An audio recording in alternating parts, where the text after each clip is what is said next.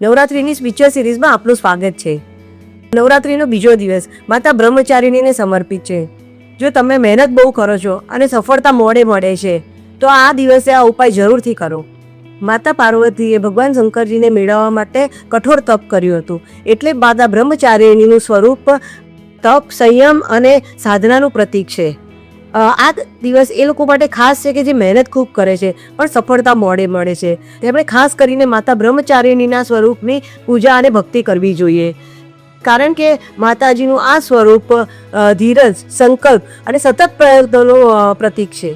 માતા બ્રહ્મચારિણીને ચમેલીનું ફૂલ અતિ પ્રિય છે, એટલે આ દિવસે માતાજીને ચમેલીનું ફૂલ અર્પણ કરવામાં આવે છે અને માતાજીને ખાંડનો પ્રસાદ ધરાવવામાં આવે છે.